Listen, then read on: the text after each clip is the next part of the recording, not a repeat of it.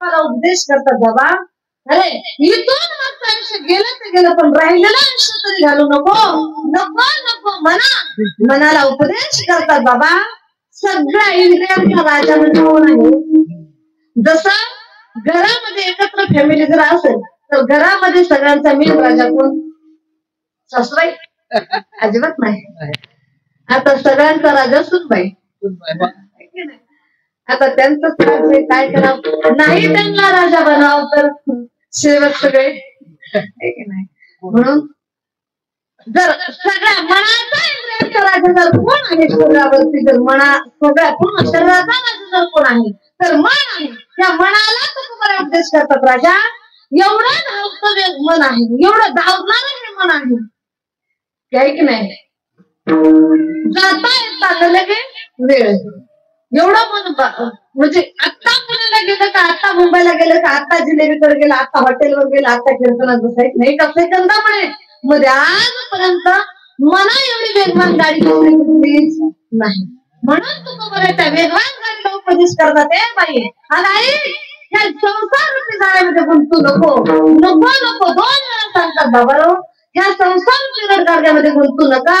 कारण का नको नको म्हणा गुंतू, ह्या माया जाळ्यामध्ये गुंतू नको.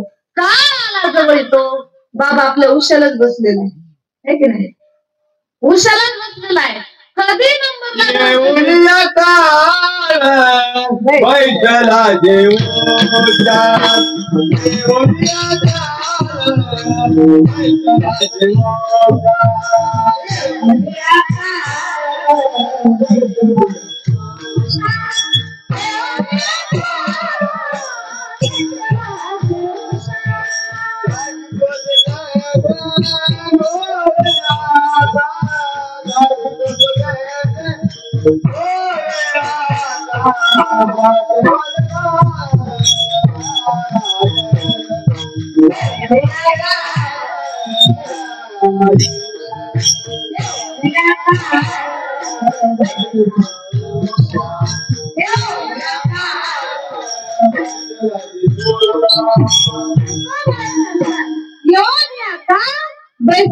उषा बाबानो आपल्या उशाला बसलेला आहे.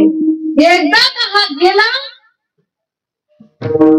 का पुन्हा काही गॅरंटी नाही. एक तर life is not once more, सगळं काही पुन्हा भेटेल. तुमचा गेलेला पैसा परत भेटेल, परत भेटेल, संपत्ती परत भेटेल, बंगला गाडी नाही त्या गोष्टी परत भेटतील. पण दादानो हे जीवन एक वेळाच आहे. Life is not once more, सगळ्याला वन्स मोर आहे पण जीवनाला पुन्हा वन्स मोर नाही. जीवनाला वन्स मोर आहे पण कुठल्या जीवनामध्ये कोणता जन्म भेटेल सांगता येणार नाही. प्रत्येक जीवाला 84 लक्ष वेळी फिरायचे आहे. पण मनुष्य देह असं आहे की बाबा एकदा भेटला पुन्हा भेटणार नाही, गॅरंटी नाही. ज्याचं पाप पुण्य समान होईल त्यालाच हा देह भेटेल, पुन्हा जन्म नाही येणे. ऐसे जन्म नाही रे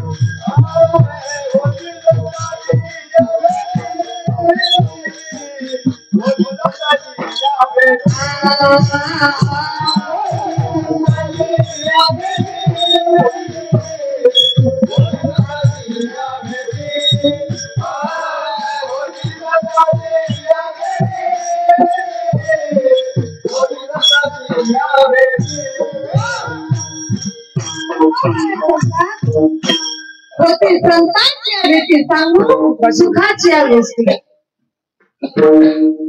हा जीवन हे जीवन पुन्हा भेटणार नाही. म्हणून ज्ञानोबा आहे, तुकोबा आहे, सगळ्या संतांनी सांगून दिलं की बाबा रे, हे जीवन पुन्हा भेटणार नाही, मग आहे तोपर्यंत काय करा, तर परमार्थ करा, आहे तोपर्यंत काय करा, चांगलं जीवन जगा. का या जीवनामध्ये जेवढा आनंद आहे ना दादा, तेवढा कुठल्याच जीवाला आनंद देता येते. बघा तुम्ही आता इथं मशा आहेत, की नाही, सशाचं छोटस पिल्लू आहे, बरेच सगळे शेळ्या आहेत, मेंढ्या आहेत, काय काय आहेत म्हणजे प्राणी पक्षी बघायला भेटतात. पण इथं कुठला जीव बसला मंडपामध्ये, मनुष्यच बसताय की नाही. आता म्हैस तिकडे एवढे छान ऐकत बसते, पण तिला चान्स नाही. चान्स फक्त या जीवालाच आहे. म्हणून या जीवाला आलेला चान्स पुन्हा सोडायचा नाही, आलेली संधी पुन्हा सोडायची नाही, कारण ही संधी पुन्हा भेटणार नाही. हे संधी जोपर्यंत भेटली तोपर्यंत सोनं करून घ्या, ठीक आहे नाही. एकदा जर का संधी निघून गेली, एकदा एसटी निघून गेले तर हात करण्यात मजा नाही. संधी निघून गेल्यावर त्याचं माती मोल किंमत आहे, पुन्हा मजा नाही. म्हणून जोपर्यंत जीवन आहे, ज्ञानापर्यंत तुकोबाराय सांगतात बाबांनो, या संसार रडगाडग्यामध्ये जीवन गुंतून घेण्यापेक्षा त्यामध्ये सुखच नाही, ज्याच्यामध्ये सुख नाही त्याचा चिरंतन विचार करता, त्याचा चिरंतन विचार करून संसार त्या रडगाडग्यामध्ये फिरता. कधीतरी परमार्थाचा विचार करा, कधीतरी त्याला विचारून आठवण करून बघा, 100% तर तुम्हाला धावून आल्याशिवाय राहणार नाही. कारण का हा काळ तुमच्या वंशाला बसलेला आहे. जर काळ एकदा आला तर तुम्हाला देशाचा राजा जरी असला सोडवणार नाही, प्रधान जरी असला सोडवणार नाही. कारण कर्म आणि मृत्यू ही गोष्ट देवाधिकाला चुकली नाही, आपली तर काही बात नाही, कोणालाच चुकली नाही ती गोष्ट. म्हणून सोडाविना राजा देशीचा चौधरी किती जरी भली भली सोयरी असली तरी तुम्हाला या रणगाडग्यातून कोणी सोडवणार नाही. जर सोडवणार कोण असेल तर तो एक आहे, कोण? फक्त विश्वासाचा नेता आहे की नाही, म्हणे स्वदेशी माता, एकमेव सोडवणारा तोच आहे. विटेमध्ये ज्याची पावले समान, तोच एवढा दानशूर आहे, तोच आपल्याला या मार्गातून सोडू शकतो. तुका म्हणे तुझं सोडविणार कोणी, आणि एका चक्र पाणी भगवंताशिवाय तुम्हाला कोणी सोडवणार नाही. म्हणून बाबांनो, जर सुटायचं असेल तर काय करा, त्याचं पहिलं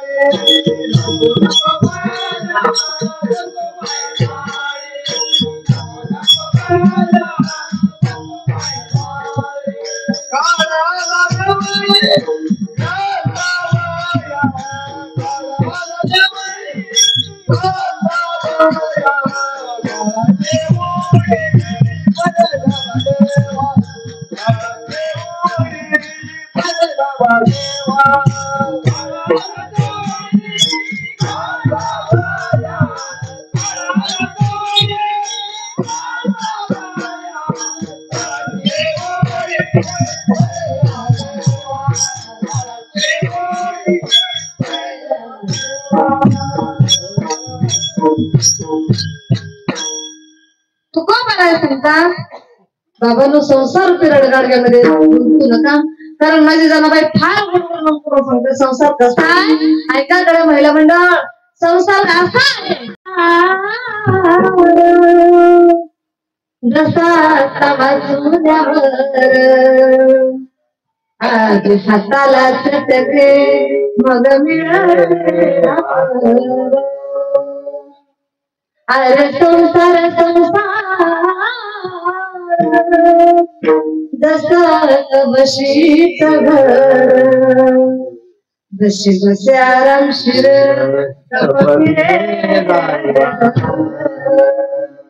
अरे संसार संसार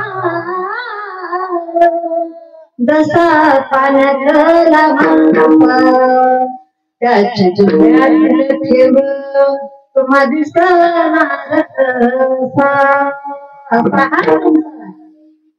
मासा पाण्यातच राहतो, पण त्याच्या डोळ्यांना थेंब कधी दिसत. संसारामध्ये किती दुःख आहे, किती दुःख आहे, तरी माणूस टचीला लागून. एखादा असं आहे का की लय दुःख झाला आता संसार सोडून संन्यास?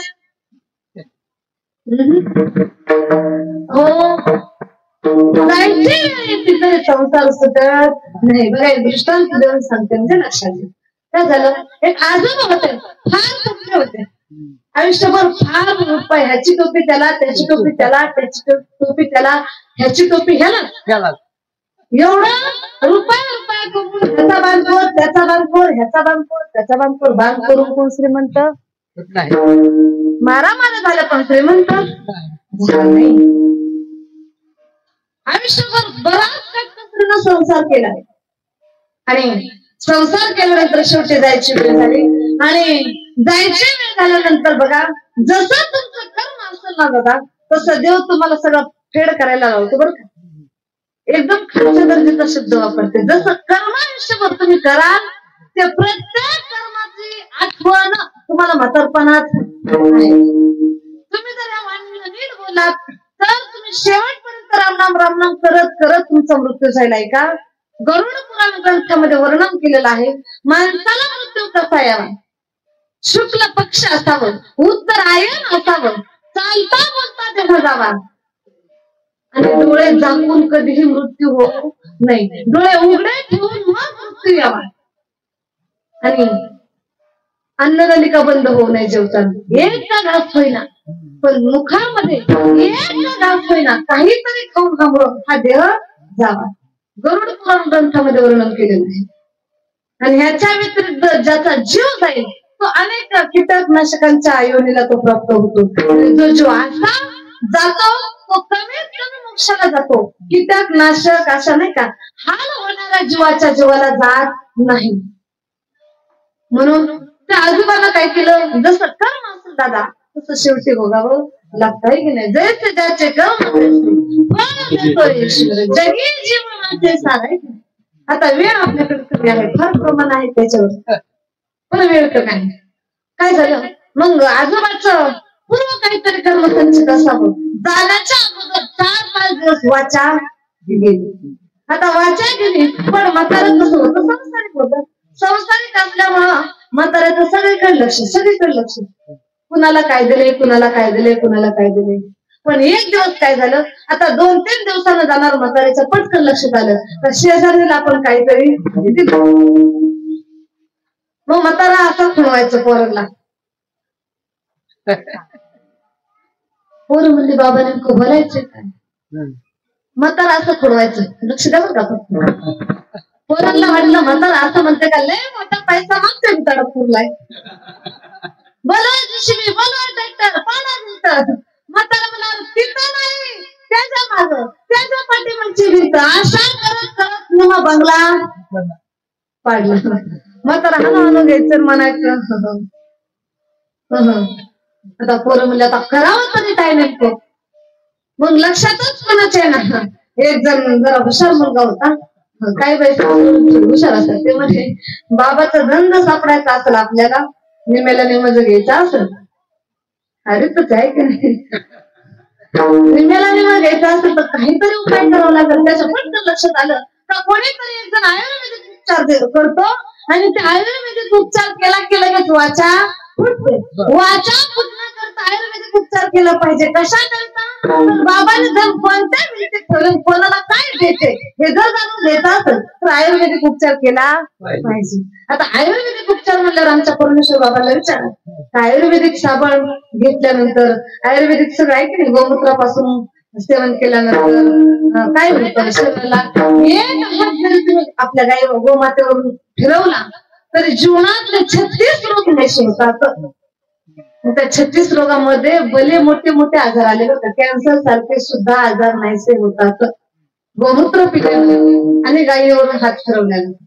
मग आयुर्वेदिक उपचार करायचा. डॉक्टर आपले आयुर्वेदिक उपचार केला, बाबांना 2 मिनिटं का होईना बोलता आलं पाहिजे. डॉक्टर काय असेल ते ठीक आहे. डॉक्टर म्हणलं तर ह्यांना जास्त गरज दिसते, डॉक्टर ह्यांच्या पुढे. डॉक्टर म्हणले काय नाही, फक्त 1 लाख रुपये घेतो, पण तुमचं म्हातारं ठणठणीतच बनलं पाहिजे. डॉक्टर लाख काय आम्ही 1.5 लाख रुपये देतो, पण आमचे बाबा बोलले पाहिजेत लवकर औषध तयार करा म्हाताऱ्याला. ते औषध तयार केलं, बाबांना दिलं. दिल्यानंतर बाबाला 2 मिनिटांमध्ये वाचा फुटली. आता कीर्तनामध्ये सगळं लगेच होत. दृष्टांत देतो. वाचा फुटली, बाबा बोलायला लागले. बाबा म्हणले, अरे मूर्खांनो, असले कसले तुम्ही? मी कसा कमवून माझी मला माहिती, मी कसा रुपया केला. तुमच्याकरता माडी बांधली, ट्रॅक्टर घेतले, जेसीबी घेतली, शेती घेतली. कुणाला काबाड कष्ट केलं, एवढं कमवलं. तुम्ही वाटोळं किती मिनिटात? 20 मिनिटात तुम्ही सगळं वाटोळं केलं. कुशाल जेसीबी लावली, तुम्ही एवढा मोठा बंगला पाडला. अरे मूर्खांनो, मी सांगत होतो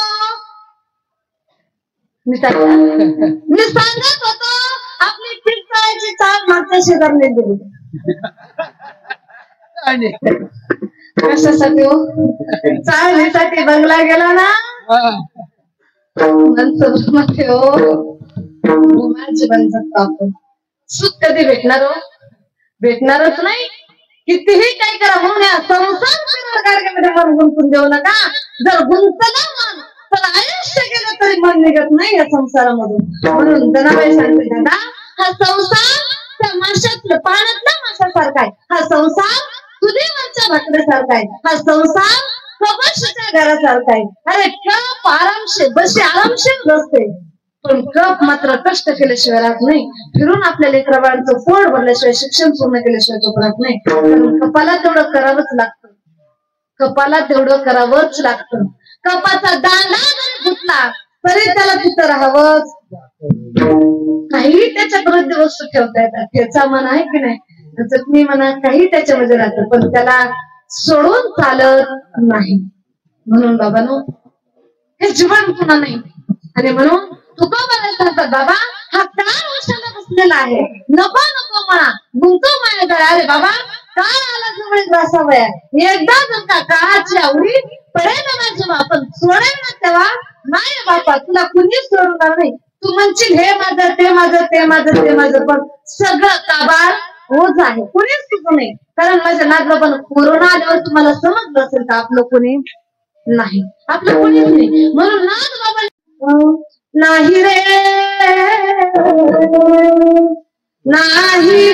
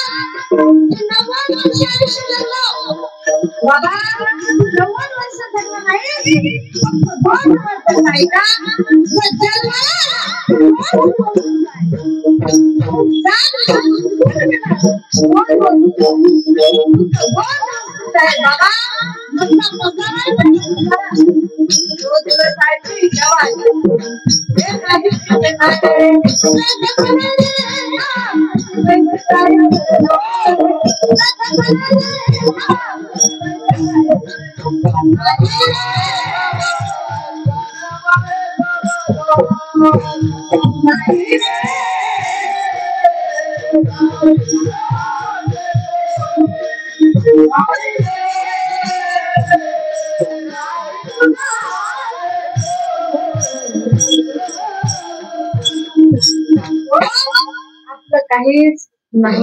फक्त 2 दिवसाची पाहुणे आहोत आपण. पाहुणे आहोत, पाहुण्यासारखं या, पाहुण्यासारखं जा. जसं तुकोबारा सांगतात, पक्षी अंगणी उतरतील ते का गुंतवून हाती तैसे असावे संसारामध्ये कसं असावं बरं का, पक्षासारखं असावं. पोटापुरतच कमवायचं, पोटापुरतच खायचं. पक्षाने कधी पंखा करून गेले का दादा? नाही गेले. तसंच जीवन असावं, समाधानी असावं, सुखी असावं. 10 लाख ह्या वर्षी उत्पन्न झालं का माणसाला वाटतं पुढल्या वर्षी 50 वाटतं की नाही? मग एवढं आटापिटा करायचा बाबा, कशा करता करायचा? एवढा आटापिटा करायचा फक्त लेकरांसाठी, बाळांसाठी. ऐका, आजा मेला, 15 मेला, बाळ मसना गेला आणि देखात नातू परतू तोही किती आपण पिढ्या कमवत आले. इथून किती पिढ्या जाणार कमवण्या करतात, जाणार की नाही? एवढ्या पिढ्या आल्याही आणि जाणारही. जसं मागणं आलं तसंच पुरलं. दादा याच्यामध्ये काही बदल होणार नाही. आई वडिलांची सेवा करा. सोडविना दास राजा देशीचा चौधरी अनेक सोयरे भली भली. कोणी जरी असलं तरी तुम्हाला याच्यातून सोडवणार कुणी नाही. आपल्याकडे वेळ द्यायला आहे का? असू द्या, असू द्या. विठाला विठाला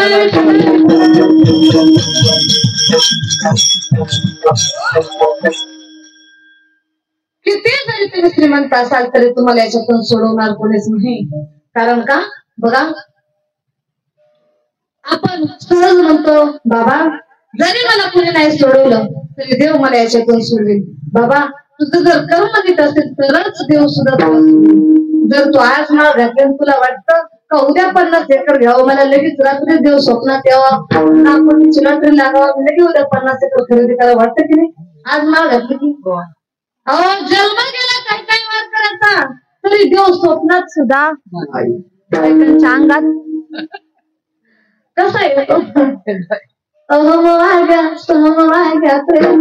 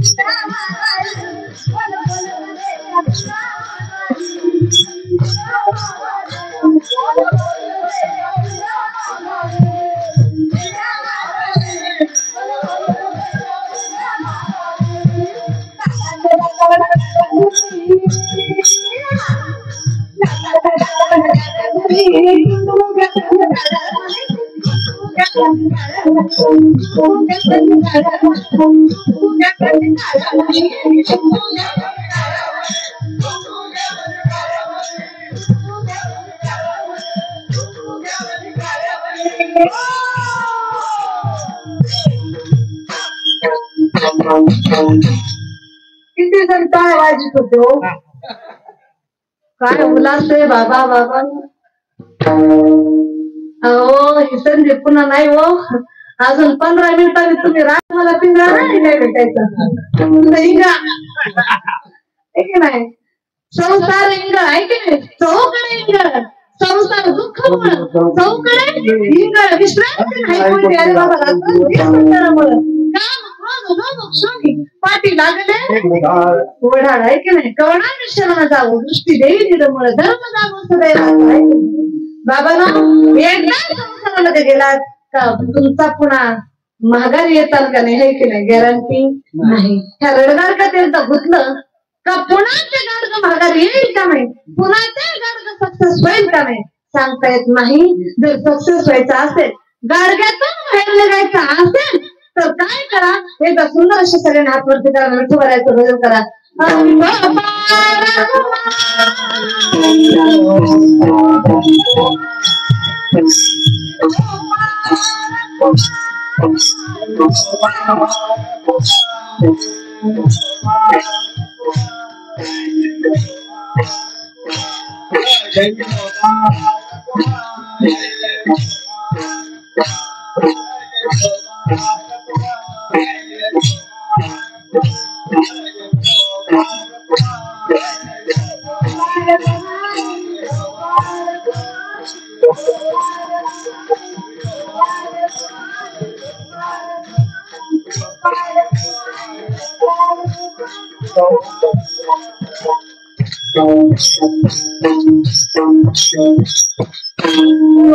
राजा बेसिका चौधरी अनेक सोयरी बली बली बाबांनो कोणीच सोडणार नाही कोणी कोणाला वचन जरी दिलं तरी ते वचन पूर्ण होईल का ते सांगता येणार नाही जरी एखादा मला महाराज तुम्ही जरी मरणारा हा असला तरी त्यातून मी तुम्हाला सोडवतो मी तुम्हाला वचन देतो की मी मृत्यूच्या दारातून तुम्हाला सोडतो दादा चालणार नाही माझे कबीर बाबा वर्णन करून सांगतात ऐका कसले वारे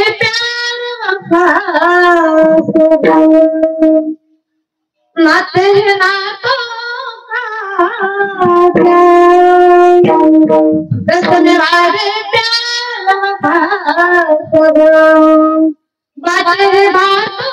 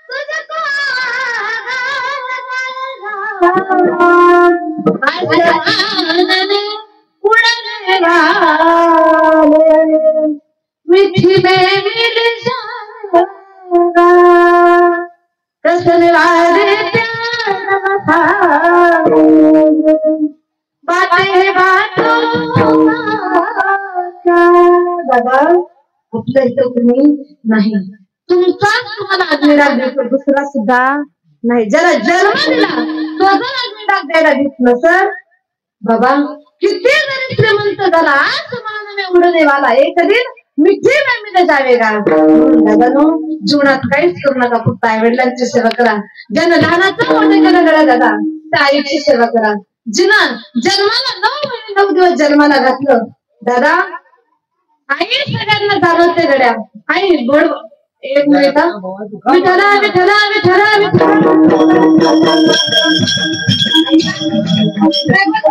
घरातले 2-4 माणसं, बाकी कुणी जाऊ नका. इथं फुलं टाकायचे, आरती वगैरे सगळं इथं होणार आहे. नैवेद्याला कुणीही जायचं नाही. 2-4 माणसं मेन गेली तरी बस, बाकीच्या नाही तर बस, शांततेत बसा. विठला विठला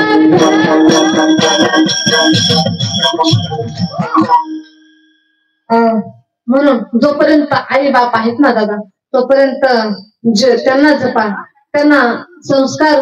त्यांनी आपल्याला लहानाचं मोठं केलं आणि या संसार रडगाड होता. आई वडिलांचं कर्तव्य जे आहे ते त्यांनी पार पाडलं. गड्या खाली बसा, पुरुष म्हणजे खाली बसा.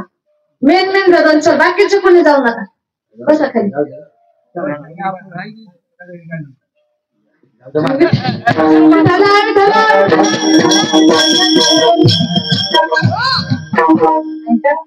असो जोपर्यंत आईवडील आहेत तोपर्यंत त्यांची सेवा करा. कारण का दादा एकदा ते निघून गेल्यावरती पुन्हा काहीच किंमत राहत नाही. त्या जीवनामध्ये आई ढसा रडून मोकळी होते गड्या दादा. आई सगळ्यांना आठवते. श्यामची आई साने गुरुजींनी श्यामची आई नेली, पण श्यामचा बाप कुणी नेला नाही.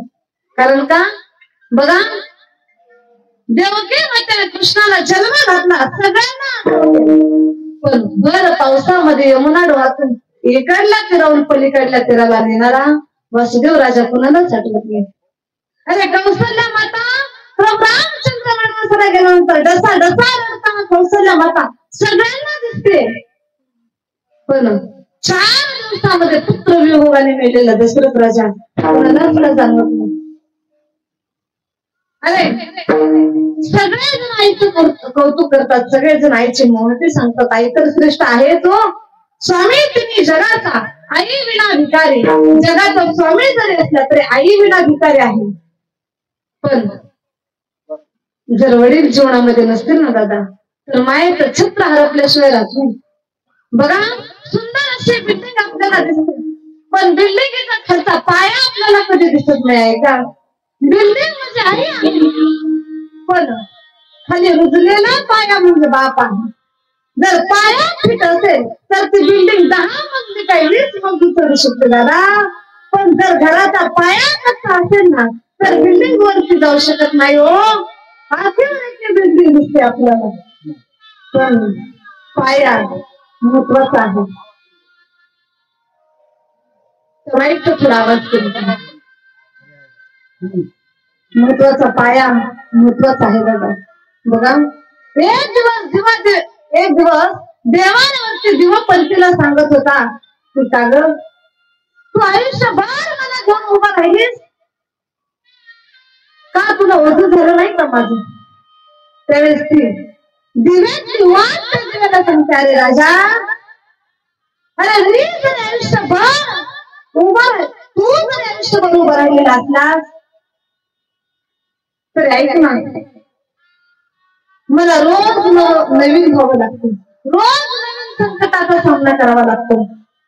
पण मी आज नवीन होते, संकटाला सामोरं जाते, मी आज जाऊन खात होते, उद्या नव्यानं तयार होते, तरी मला काही भीती वाटत नाही का. तर मी जरी रोज जगत असले ती वाट दिव्यातली सांगते, मी जरी रोज जगत असले रोज संपत असले ना दादा तर तू मला खंबीरपणे घेऊन उभा राहतोस. म्हणून तुझ्या माझ्यात बळ येतो रे बाबा. आणि जर तू जर मला घेऊन नाही उभा राहिला तर मी सुद्धा जगू शकत नाही, मी सुद्धा तुझ्यासोबत थांबू शकत नाही. म्हणून दिव्यातली वाट म्हणजे आई आहे आणि दिवा म्हणजे आपला बाप आहे. दादानो जीवनात सगळ्या गोष्टी भेटतील, पण वडिलांचं प्रेम बघा. मुलगी जर माहेरून सासू निघाली ढसाळ रडणारी आई सगळ्यांना दिसतो, सगळ्यांना जाणवतो, पण तो घरातला म्हातारा बाप